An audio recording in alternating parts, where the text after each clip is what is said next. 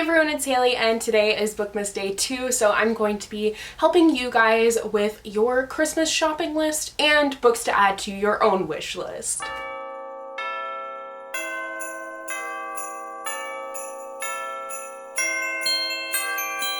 So before we get into the video, if you guys missed it, yesterday was Bookmas Day 1 and I talked about the books that I am hoping to read in December, so I will have that and the whole Bookmas playlist linked down below for you guys. But today's video is inspired by two videos that I did this past year for the first time that are definitely going to be staples on my channel now because they were so much fun. I had a blast doing them. So that is my subscriber recommendations video and the I choose what you read next video. So for the first video, I asked for prompts, and based on that I recommended a book to you guys. It's kind of like when I worked at the bookstore. That's basically what I did for my entire bookseller career. And then the other one, I asked what you had just been reading and then picked a book to read next based on that. So it's kind of more similar to the first video, but this time I asked for prompts based on what you are looking for to add to your own Christmas wish list or what you are looking for to buy someone who is on your shopping list. So one of the main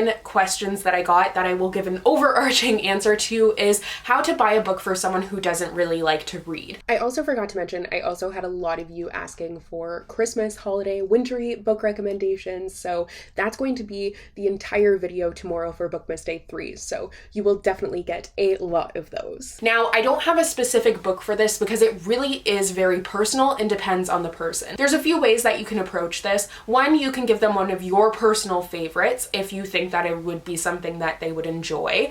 The other way that I generally go with, that would be to try and find something that suits their specific interests. So whether they're really into history or something, and that means that you pick a nonfiction, or if you pick a historical fiction, or you can even find a book where even the character has a similar hobby to something that they're interested in. You kind of need to consider what they would like, especially if they don't really like to read and maybe don't even want to read more, or if they do want to read more, then they might be a bit open to different things. I don't know if that really makes sense, but the other way that you can go about things is to pick a book that is similar to a movie, TV show, or maybe even a video game that they really enjoy.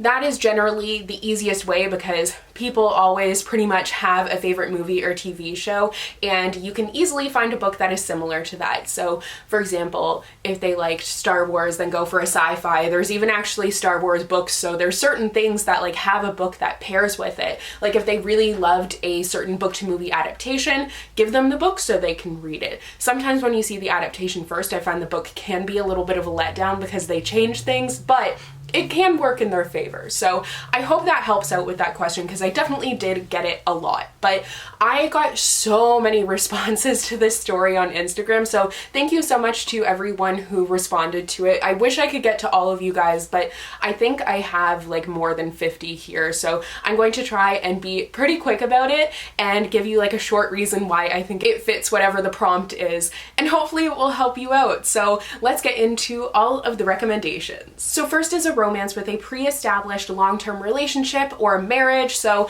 the first book that I thought of is The Bromance Book Club by Lisa K. Adams. This is, I think, the only book that I've read that has a pre-established relationship that ends up like they're trying to fix it, and it is a marriage actually. So that is the main topic of this romance, is that they are trying to fix what is broken in their marriage, and it is such a fun read, and I just really love this series. Next is a book that will break you into a million pieces and then put you back together again, and there are definitely a few that come to mind for this one, but I decided to go with Cemetery Boys by Aiden Thomas because this really does fit that prompt. It is a romance that kind of has a timeline on it. It's about the main character who is a transgender boy, and he is trying to prove his gender to his family who doesn't accept him, and he ends up summoning a ghost over the course of doing that who is the recently deceased school bad boy, and they end up striking up a relationship that will honestly tug at your heartstrings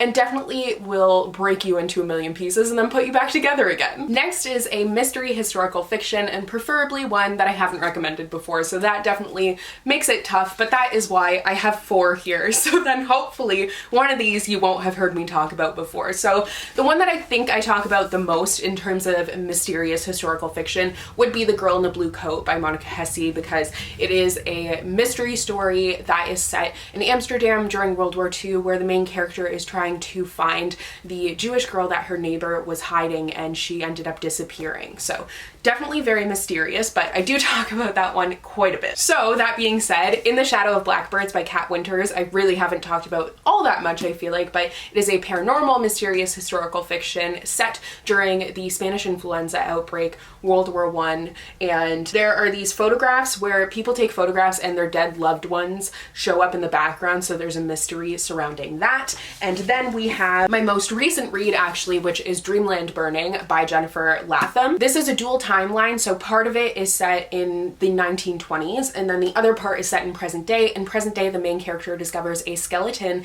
in her house, and both of those timelines kind of team up to piece together this mystery of how that skeleton got there and who it is. And the final one I want to talk about is kind of lighter on the mystery scale, but The Fountains of Silence by Ruta Sepetys, I think, is pretty mysterious because you're trying to piece together what is going on and what is happening in the time period. So it's set in the 1950s in Spain, and Spain is under a fascist dictatorship, and there's a lot of shady things going on, and I think it's a mystery because there's a lot kept from the reader that ends up coming together in the end. So I felt like it definitely did have a mysterious element to it. Next up is a university-based book besides Fangirl. So I feel like this might not be the answer you're looking for, because saying fangirl makes me think that you might be looking for a contemporary, but when I think of a university-based book, the first one that comes to mind now is Ninth House by Leigh Bardugo, because this entire story is centering around the fact that it is set at Yale University, and it deals with Yale University's secret societies,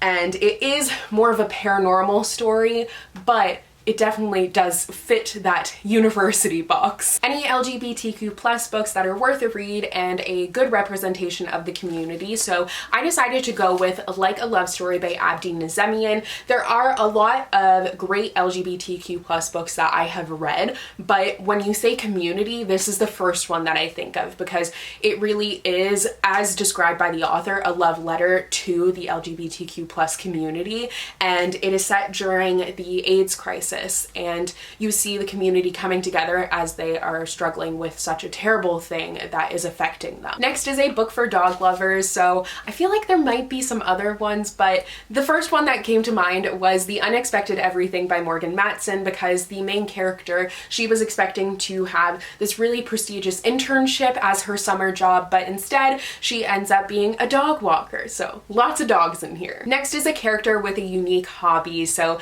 I have to say that the perfect one for that prompt is Anything by Jen Bennett. That's one of my favorite things about this contemporary author, is that she always has her characters have really interesting hobbies. So in Serious Moonlight, the one character really loves mystery novels, and then the other is a magician. And then in Starry Eyes, the character is into astronomy. I always say the wrong one. Like, I know the difference, but I always say the wrong one. She is into astronomy. I don't remember what the love interest is into, but in Alex Approximately, surfing is a main thing, and also a love of classic movies. And finally, in her first book that I read, Night Owls, which this is the UK edition, the Canadian/US edition is called The Anatomical Shape of the Heart, but that one follows a character who likes anatomical drawings. She's an anatomical artist. So that's definitely a very, very unique one. And once again, I don't remember what the male character does, to be honest. But definitely, if you're looking for unique hobbies, then check out Jen Bennett. Next is a contemporary novel about finding your place in the world for this person's best friend. So I hope this helps, but The Black Flamingo by Dean Atta is a book that is really all about discovering who you are. You follow Michael, the main character, from a very, very young age until he is in university, and he finally discovers his identity. It's kind of like a Goldilocks thing where he's trying on different things to see what fits him and where he belongs. So it definitely is about finding your place in the world. I really feel like a lot of YA books cover that topic, but this was kind of the first one that came to mind, as well as Felix Ever After. Both of them definitely were the first ones that I thought of, but this one is actually a novel in verse, and it's also like a drag queen origin story. So it's really great and definitely great for finding your identity. Next is an action-packed fantasy with LGBTQ plus main characters. So Master of One by Jada Jones and Danny Bennett is perfect for this one. It is written by a married couple, which is so lovely, and it also does have such a great queer romance. It is about Rags, who's a thief who ends up finding that this ancient fae relic that he was sent to retrieve is actually a fae prince himself, Shining Talon, and you have a great queer romance between the two of them, but also so much action in this fantasy straight from the beginning. Next is a fantasy that doesn't have magic. So Long May She Reign by Rhiannon Thomas is kind of a lighter fantasy in that way because it doesn't have a magical element to it. Also, someone asked me for a book that deals with science because they're a chemist, and in this book the main character is very scientific and going into chemistry because what happens is she was like 27th in line for the throne or something like that, but then everyone is poisoned, so she's looking into the chemistry of the poison to try and figure out who poisoned everyone, as she is also coming into rule not expecting it at all. So definitely a very interesting fantasy with the royalty element but no magic to it. A book in which mental health is a big part of the plot, Turtles All the Way Down by John Green, definitely centers around our main character's mental health and her journey of, like, I don't want to say accepting it, but understanding it more so, and how she deals with it on a day-to-day basis. It is definitely, like, I feel like the synopsis talks about this whole mystery with a fugitive billionaire, but central to it is more so the internal thoughts of the main character, which can sometimes be, like, kind of scary, and it is a really great and accurate representation of mental health. Obviously it looks different for everyone, but I thought it did a really great job. Next is an Alice retelling that isn't Heartless by Marissa Myers. So A Blade So Black by L.L. McKinney is one that I enjoyed, and I feel like I haven't recommended that much, but that one is like a mix of Buffy the Vampire Slayer and an Alice retelling, so that's really cool. But also we have Queen of Hearts by Colleen Oakes. This follows Princess Dinah, and it's definitely a different take on the traditional Alice story, focusing more so on a royalty aspect and an actual wonderland and the royal family there. Next is an adult romance for someone who is new to the genre, preferably light on the sexy stuff. So I feel like I've talked about this book a lot. You probably know what's coming, but this is the first book that I thought of because it really truly does fit this prompt, and that is Josh and Hazel's Guide to Not Dating by Christina Lauren. This one I think is really great for an intro to the adult romance genre. It's the one that got me into adult romance, and it definitely is a little bit lighter on those steamy scenes, but it does have a lot of cute scenes, and it's just so great. Next is a book with a unique concept, so of course I could go for like Wolf by Wolf, but I decided to go a different route and talk about My Lady Jane by the Lady Janies, Cynthia Hand, Brody Ashton, and Jody Meadows. This is actually a whole trilogy, but you don't have to read them all. You don't have to read them all in order. They just deal with different Janes, and they are very unique, like shouldn't work topics, but it totally does. Like the second book, My Plain Jane, that is Jane Eyre, but mixed with ghosts. And then this one is My Lady Jane, who's the 9 Days Queen, but mixed with characters who turn into horses. Like, they just sound so weird, but they're a ton of fun to read, and I have a blast with them. Next is a romance where you're guessing who they're going to end up with in the end. So The Kiss of Deception by Mary E. Pearson is definitely one where you are kept guessing, because even the main character is kind of kept guessing. So it follows a princess who leaves on the day that she is supposed to get married, and two people follow her. One is an assassin who was sent to kill her, and the other is the prince who she was set to marry, and you don't know who's who the entire book. So you're also kept guessing, which is so much fun. I feel like you may have wanted an adult romance, but this one is like, it's a fantastical YA romance, but you totally have no clue who they're going to end up with in the end, and you also don't even know who's who. So What more could you want? Next is a YA historical fiction for someone who's new to the genre. The Paper Girls of Paris by Jordan Taylor is perfect for that because it mixes contemporary with a historical element. So actually, Dreamland Burning would also be a great one because it's not fully set in the past, but this one I found the writing was a little bit more simplistic too. Now, this is partially in modern day when the main character's grandmother has died recently, but she left her this apartment in Paris that had been completely abandoned. No one knew about it, and they go to this apartment and discover that it's like a time capsule. And from there, you alternate between her learning more about her grandmother's past and going through this apartment, and actually in the past when her grandmother was living in Nazi-occupied Paris. So definitely a very powerful story as well. Next is a book set in a creepy mansion, House of Salt and Sorrows by Erin A. Craig. I definitely thought of. This is a 12 Dancing Princesses retelling that is set at this creepy seaside manor. It's super creepy because like everything about the story is creepy.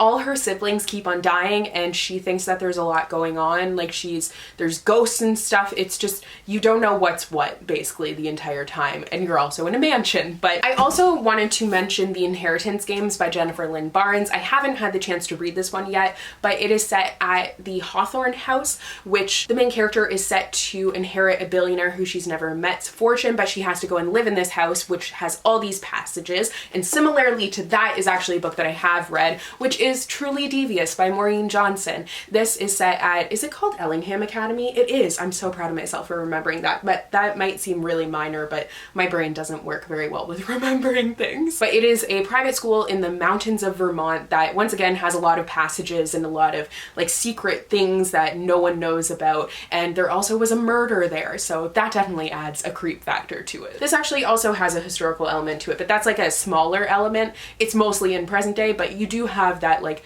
there's murders and there's a mystery in both time periods, and definitely creepy and atmospheric with the setting. Next is a video game based book. I meant to grab another book, but it's back here and I don't want to grab it, but I really should. Oh, I'll go grab it. Okay, so The Cure for the Common Universe by Christian McKay Heidecker. This deals with a main character who is going to video game rehab, so definitely got video games there, kind of, in a way. Then we have Slay by Brittany Morris. This has a character who has coded her own video game that is celebrating blackness and black people, and she makes this video game, but then there's a murder that happens because of the game, so there's a lot going on there, but the game is central to the story and was my favorite part about it. It was really cool. And finally, this one isn't really a video game per se, but like it pretty much is. That is Warcross by Marie Lu. This is set in the future where there's this virtual reality game that everyone is super obsessed with, and it's so well built. Like that game, oh, it totally sold me on this book. It was really cool. Just such a vibrant and inventive story. Another one with a unique concept, actually. Next is a book with asexual rep. So Let's Talk About Love by Claire Kahn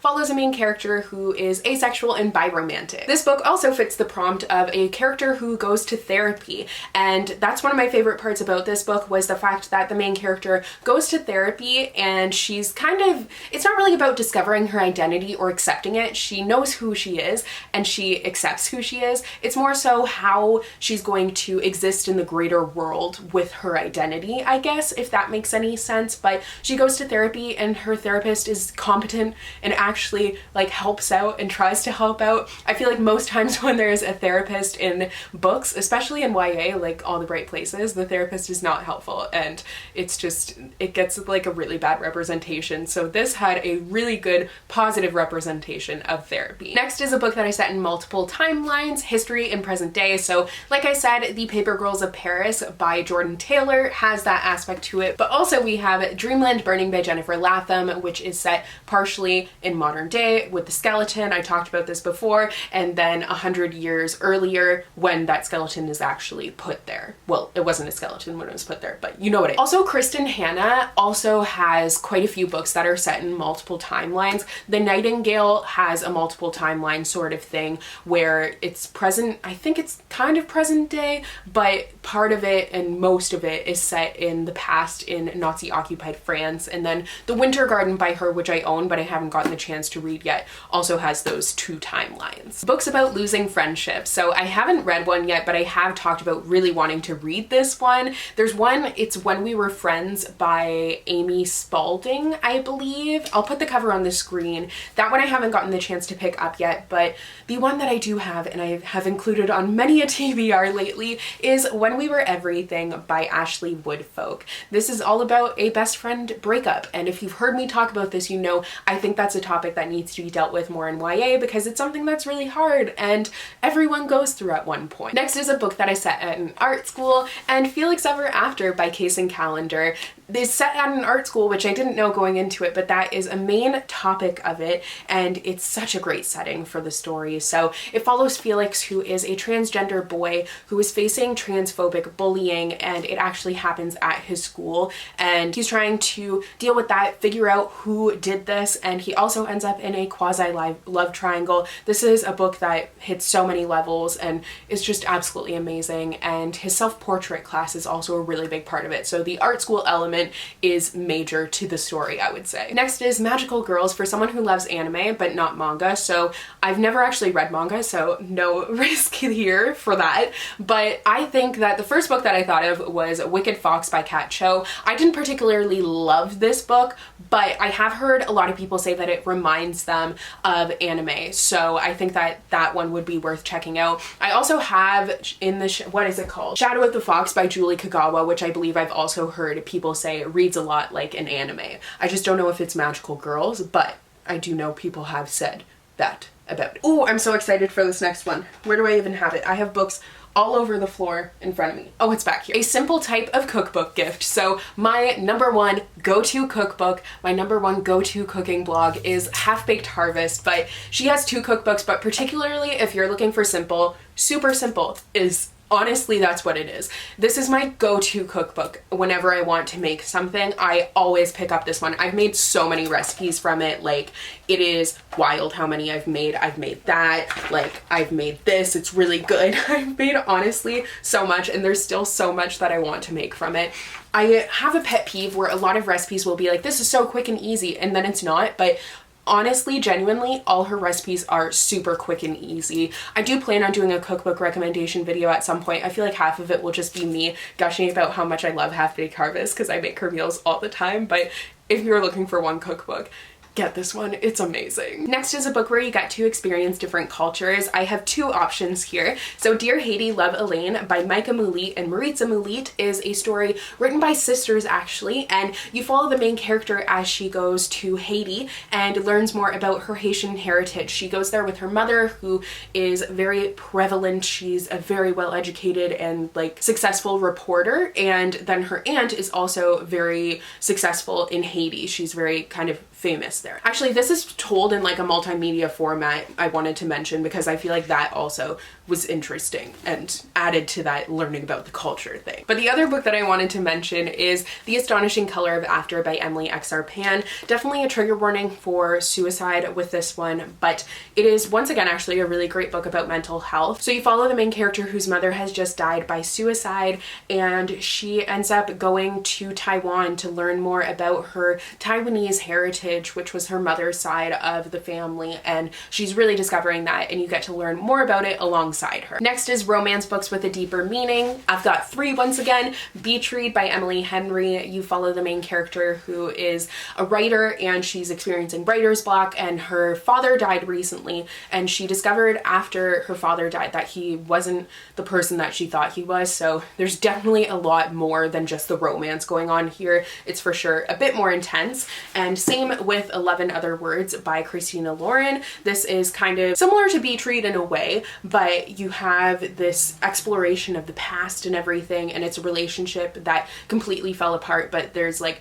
there's just something about it. It is very emotional. And then The Simple Wild by K.A. Tucker. This follows a main character whose father was estranged, and she ends up going to Alaska to see him because he's dying of lung cancer. So she is going to see him as he is going to die soon. So obviously that one is going to have a deeper meaning to it. Next is A Magical Woodlands or Nature Setting. Among the Beasts and Briars by Ashley Poston for sure fits this. It's about a utopic kingdom that is surrounded by this cursed forest, and our main character has a special connection to that forest. It's a supernatural light fairy tale, so definitely good for that. And also The Light Between Worlds by Laura E. Weymouth. I haven't gotten the chance to read yet, but that one I believe has a Narnia-esque forest. I mean, I'm assuming that it's going to be a forest because it's called the Woodlands, like that fantastical place. So we'll see. Next is a book with a strong sibling or sister bond. Kingdom of the Wicked by Carrie Maniscalco.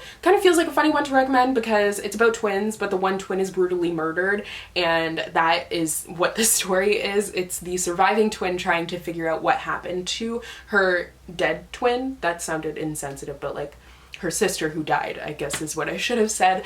But that bond is very strong between the two of them and permeates the entire story. And I really couldn't think of any that like they just have a strong bond. I think I'm just blanking on it, but in these two books, they are having the beginnings of a strong bond. So Far From the Tree by Robin Benway is about siblings who were adopted out, and they are discovering each other for the first time, meeting each other for the first time rather, and building a relationship. And then Clap When You Land by Elizabeth Acevedo is about siblings who one lives in the Dominican Republic, the other is in New York City. They don't know that the other exists until their father dies in a plane crash, and then they learn about each other. So that's why I say it's the beginnings of a strong bond. Next is a book with disability inclusion. So Your Welcome Universe by Whitney Gardner is dealing with a deaf main character and has a main focus on the deaf and hard of hearing community. That is what the story is really all about. And it also has an art element to it too, which is fun. Next is historical fiction that is set in less talked about time periods.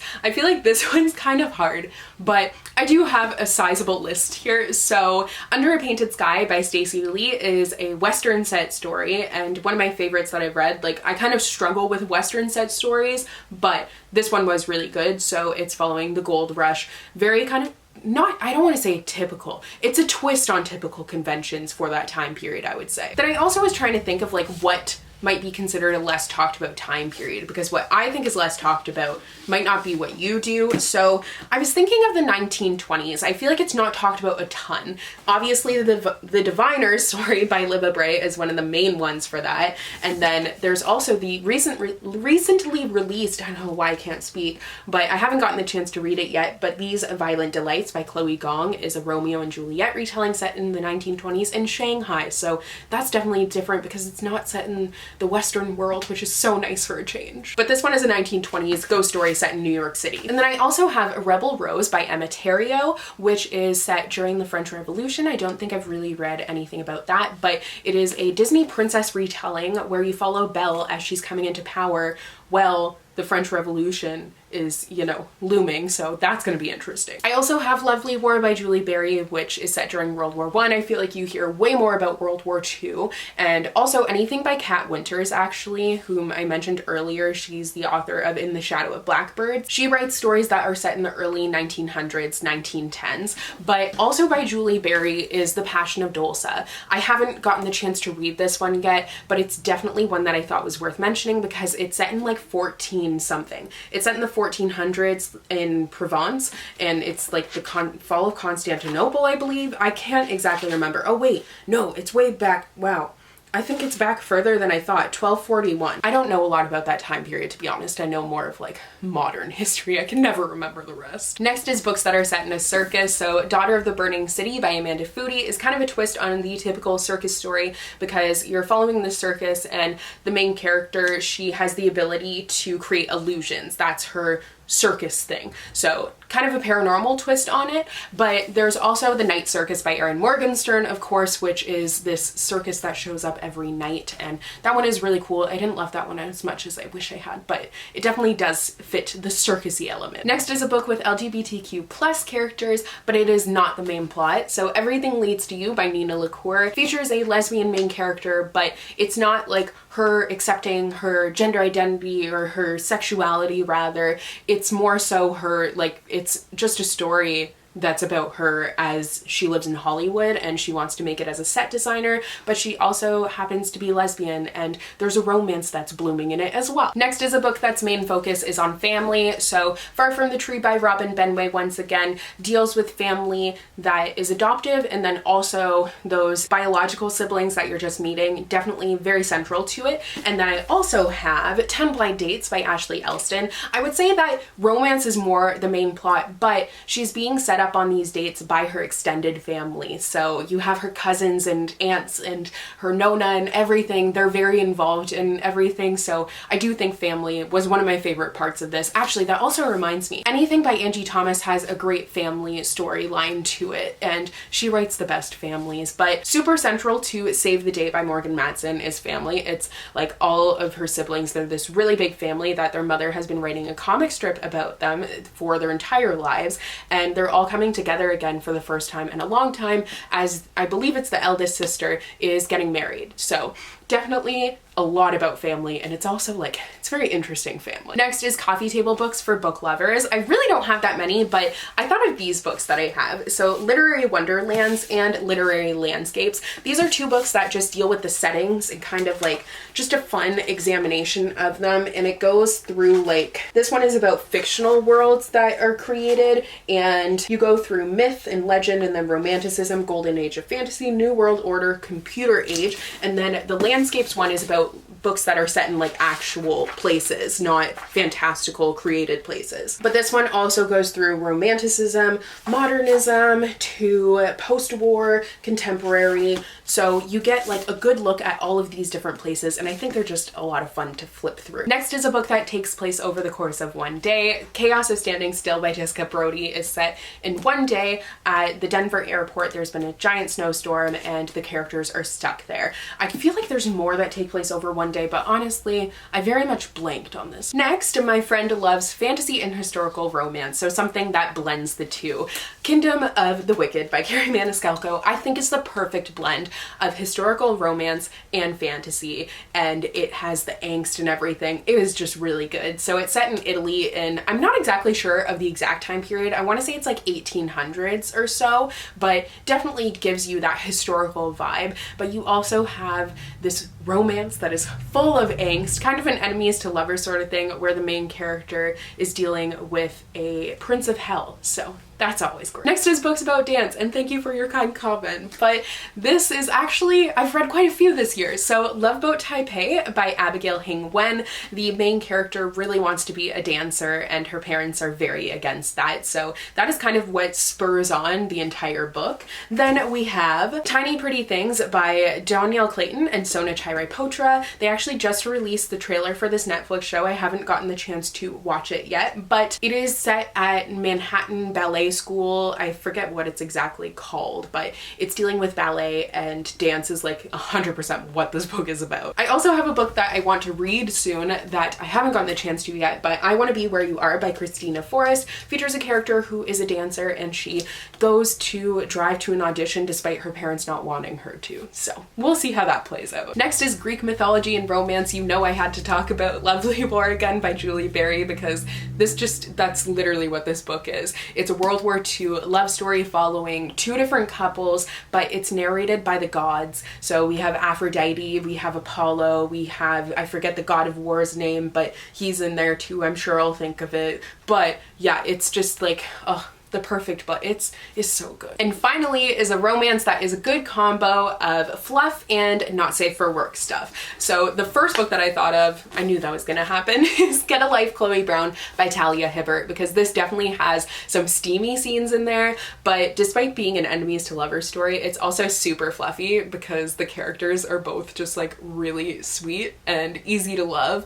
but they definitely have a steamy romance in there. Okay, so that is all for this helping you with your wish list or your You know what I'm trying to say, but I hope that this did help out. If you have any recommendations for any of the prompts that I was given, please do comment them down below, because I think more ideas is better. The more ideas, the better. That's what I'm trying to say. Because obviously I've only read and heard of so many books, so getting as many people chiming in will help out if you are looking for some recommendations here. So thank you guys so much for watching today's video. Don't forget to join me tomorrow for Bookmas Day 3, where I'm going to be giving you holiday, wintry book recommendations that you can read this December. Don't forget to click that subscribe button as well so you won't miss any of Bookmas. I'm going to be putting out a new video every single day for the month of December, so you can also click that notification bell so you for sure won't miss anything. But I will see you tomorrow for my next Bookmas video. I don't know what just happened, but